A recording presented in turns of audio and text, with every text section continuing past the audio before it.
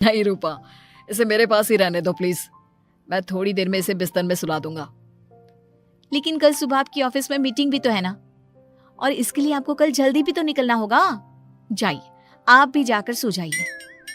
क्या यार, अभी तो मेरी गोद में आया था मेरा बेटा और तुम उसे लेकर जा रही हो। बाद में कर लेना अपने बेटे से प्यार, अभी जाकर सो जाइए। रूपा शेखर से शौर्य को ले रही होती है कि तभी शौर्य रोने लगता है।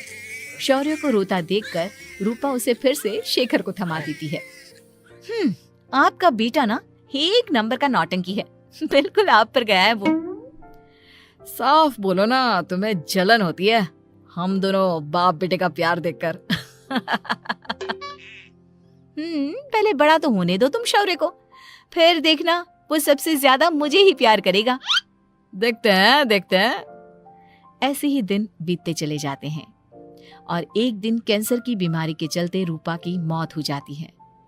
अब शौर्य 3 साल का हो चुका होता है, जिसके कारण उसकी दादी शेखर पर दूसरी शादी का दबाव बनाने लगती है। शेखर, शौर्य अभी बहुत छोटा है और उसे इस समय एक माँ के प्यार की बहुत जरूरत है। माँ, मुझे दूसरी शादी नहीं करनी। क्या पता जो दूसरी औरत आएगी वो मेरे बेटे को एक माँ का प्यार दे या ना दे। तो रूपा की छोटी बहन वैशाली से ही शादी क्यों नहीं कर लेता? वो तो शौर्य को एक माँ का प्यार पूरा दे सकती है ना। मैंने कहा ना माँ, मुझे दूसरी शादी नहीं करनी, और अपनी ही पत्नी के बहन से तो हरगिज नहीं। ऊपर से अगर रूपा देख रही होगी तो वो क्या सोचेगी? अपने लिए ना सही, लेकिन तुझे शौर्य के लिए तो शादी करनी ही पड़ेगी ना बेटा। शेखर कुछ कहता उससे पहले ही अंजुमन उसे रूपा की कसम दे देती है, जिसके आगे मजबूर होकर शेखर शादी के लिए हामी भर देता है। देखो वैशाली, मैंने तुमसे शादी सिर्फ अपने बच्चे के लिए की है। मैं चाहता हूं कि तुम उसे एक माँ का भरपूर प्यार दो। शौर्य, आपके साथ साथ मेरा भी कुछ लगता है। अगर आप मुझसे शादी नहीं भी करते तब भी मेरा प्यार शौर्य के लिए कभी कम या ज्यादा नहीं होता। शादी के कुछ दिनों बाद ही शेखर की माँ की भी मौत हो जाती है। वैशाली शौर्य को एक माँ से भी बढ़कर प्यार देती है। शौर्य को लेकर वैशाली का यूं निस्वार्थ प्यार देखकर शेखर को भी उससे प्यार हो जाता है और कुछ सालों बाद शेखर और वैशाली का भी लड़का हो जाता है। लेकिन इसके बाद वैशाली का शौर्य को लेकर बर्ताव बदलने लगता है। वैशाली, मैं देख रहा हूं तुम आजकल शौर्य का जरा भी ध्यान नहीं रख रही हो। मुझे पता नहीं था कि आदित्य के होने के बाद तुम इतना बदल जाओगी। आदित्य मेरा अपना सगा खून है और शौर्य दीदी का, फिर मैं दोनों में अंतर कैसे नहीं करूं? माँ भले ही दोनों की अलग अलग है, लेकिन पिता तो एक है ना। अगर मुझे पहले पता होता कि तुम इतनी जल्दी बदल जाओगी तो मैं कभी तुमसे शादी ही नहीं करता। हाँ, तो किसने कहा था आपसे मुझसे शादी करने के लिए? मैं थोड़ी ना आई थी आपके पास, आपकी माँ ही आई थी मेरे घर आपका रिश्ता लेकर। वैशाली, मुझे तुमसे ऐसी उम्मीद नहीं थी। गुस्से में शेखर अपना पैर पटकता हुआ शौर्य को वहां से लेकर चला जाता है। पापा, मम्मा मुझसे प्यार क्यों नहीं करती? क्या मैं उनका सगा बेटा नहीं हूँ इसलिए मुझसे प्यार नहीं करती? मम्मा नहीं करती तो क्या हुआ बेटा, पापा तो करते हैं ना आपसे प्यार। कुछ दिनों के बाद, आज तुझे खाना पीना कुछ नहीं मिलेगा, चल चुपचाप से अपने रूम में जाकर सो जा। माँ, अब भाई को खाना क्यों नहीं दे रही हो? बेटा तू आराम से खाना खा, इस नालायक की चिंता मत कर। एक दिन खाना नहीं खाएगा तो मर नहीं जाएगा ये। अगर भैया नहीं खाएंगे तो मैं भी नहीं खाऊंगा। तू अपने भाई का भक्त क्यों बन रहा है? ये तेरा सौतेला भाई है, सगा नहीं जो तू लक्ष्मण बन रहा है। माँ, आपको इतना भी नहीं मालूम? श्री राम और लक्ष्मण सगे भाई नहीं थे। श्री राम माता कौशल्या और लक्ष्मण माता सुमित्रा की कोख से जन्मे थे। दोनों के सिर्फ पिता एक थे, लेकिन माँ अलग थी। मुझे ज्यादा ज्ञान देने की जरूरत नहीं है, ये सतयुग और त्रेता युग नहीं है, समझे? आया बड़ा भाई का चमचा। इतना कहकर वैशाली वहां से चली जाती है, जिसके कुछ टाइम बाद शेखर वहां आता है और आदित्य उसे सारी बात बताता है। मुझे माफ कर दो शौर्य, तुम्हारी माँ के जाने के बाद मुझे दूसरी शादी का फैसला करना ही नहीं चाहिए था। अगर मैं दूसरी शादी नहीं करता तो शायद आज तुम्हारी ये हालत ना होती। नहीं पापा, अगर आप शादी नहीं करते तो मुझे आदित्य जैसा छोटा भाई कभी नहीं मिलता। थैंक यू मुझे इतना अच्छा भाई देने के लिए। तुम दोनों हमेशा ऐसे ही साथ रहना, फिर कोई भी तुम दोनों का कुछ नहीं बिगाड़ पाएगा। चलो मैं तुम दोनों को आइसक्रीम खिला कर लाता हूँ, बहुत भूख लग रही है ना। शिखर शौर्य और आदित्य को आइसक्रीम दिलाने लेकर जाता है।